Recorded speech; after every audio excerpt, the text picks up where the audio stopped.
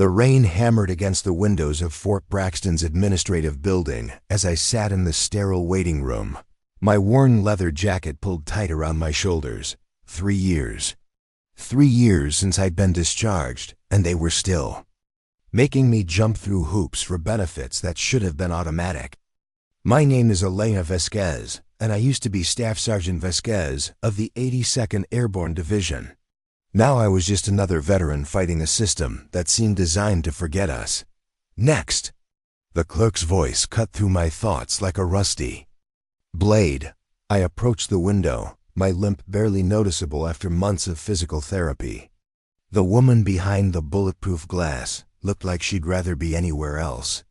Her nameplate read Janet Morrison in faded plastic letters. Purpose of visit? She asked without looking up from her computer screen. Follow-up appointment for my disability claim, Elena Vasquez. I slid my ID through the slot.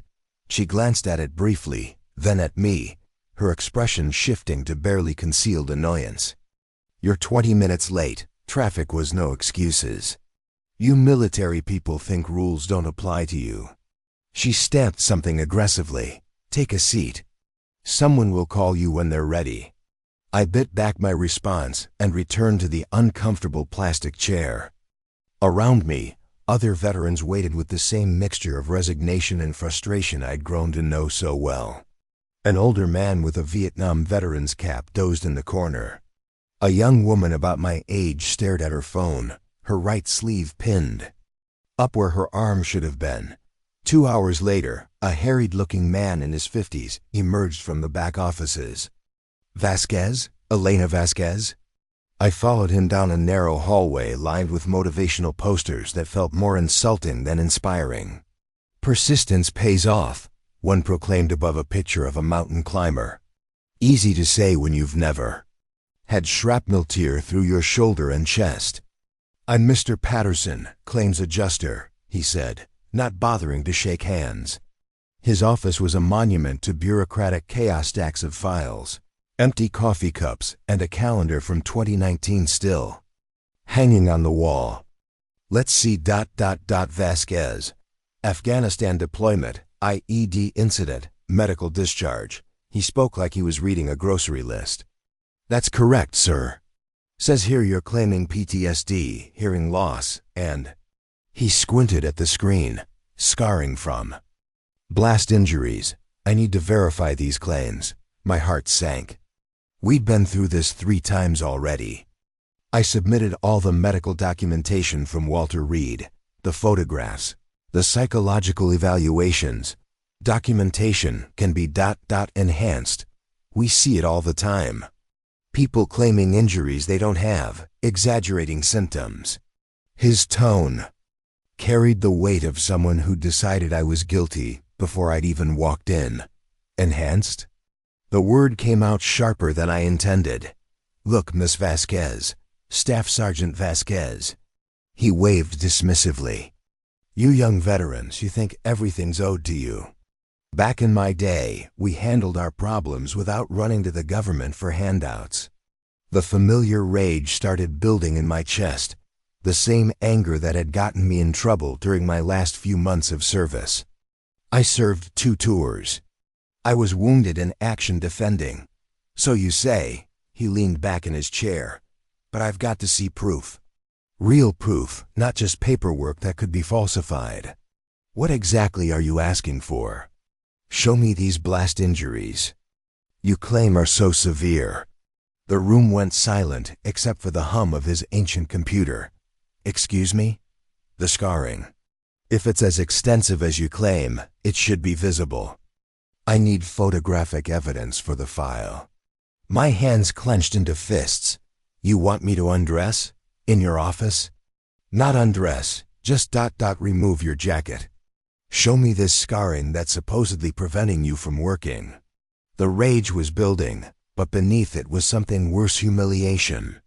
This man, who'd probably never left his desk job, was demanding I expose wounds that had taken months to heal, scars that told a story he'd never understand.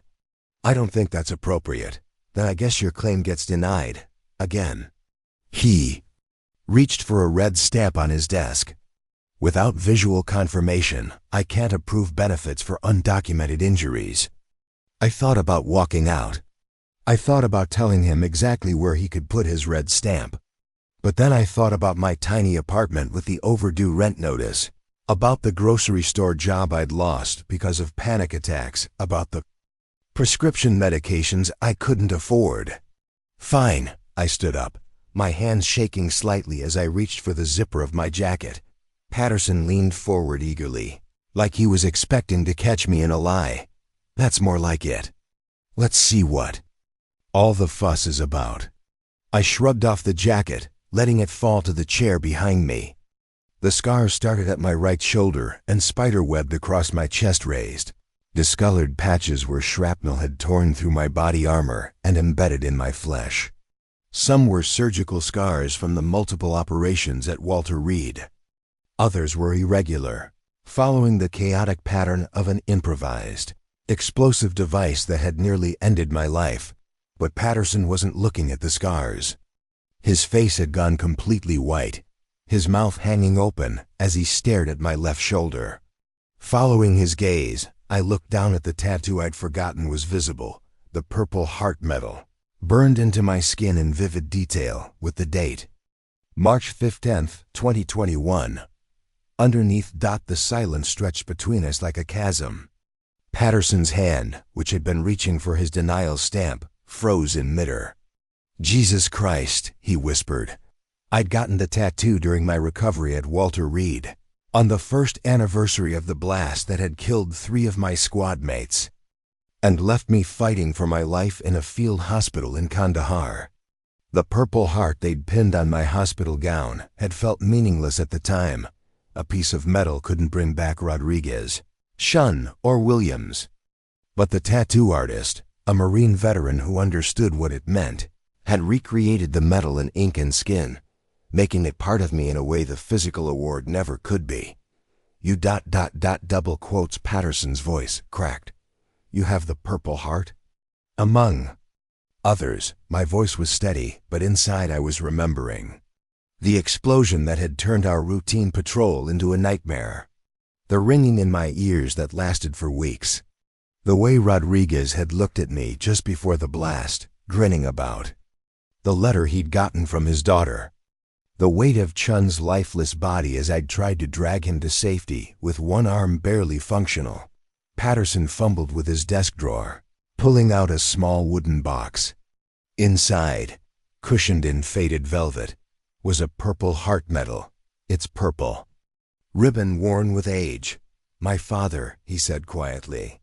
Korea, he never talked about it much, just told me once that anyone who earned one of these had given more than most people could imagine. He looked up at me, really looked at me, for the first time since I'd entered his office. The bureaucratic mask had slipped away, replaced by something that might have been shame. Staff Sergeant Vasquez, he said, using my rank properly for the first time. I owe you an apology, several apologies. I put my jacket back on, suddenly feeling exposed in a different way. Just do your job, Mr. Patterson, that's all I'm asking. He was already typing, his fingers moving quickly across the keyboard. Your claim is approved. Full disability rating, backdated to your discharge date. You should see the first payment within 2 weeks. Just like that? He closed his father's purple heart and looked at me again. My dad used to say that some people give everything for their country, and the least we can do is give them everything back. I lost sight of that somewhere along the way. I stood to leave, then paused at the door. Mr. Patterson, your father was right. Outside, the rain had stopped. And for the first time in months, I felt like I could breathe properly. My phone buzzed with a text from my former squad leader, now running a nonprofit for veterans. Job opening at the VA, helping vets navigate the system. Interested? I typed back quickly, very interested. As I walked to my car, I thought about the young woman in the waiting room with the pinned sleeve, probably facing the same uphill battle I just won. Tomorrow, I might be on the other side of that bulletproof glass. But this time, I'd be the one helping instead of fighting. Some battles end with explosions and chaos. Others end with a simple recognition of what should have been obvious all along. That service and sacrifice deserve respect, not suspicion. Today, I'd won both kinds of battles, and for the first time since coming home, I felt like I was exactly where I belonged. The Purple Heart on my shoulder wasn't just a reminder of what I'd lost anymore. It was proof of what I'd survived. And what I'd do next. In a few months, I'd be sitting across from other veterans, making sure their stories were heard and their wounds were honored. Not questioned. After all, we'd earned that much.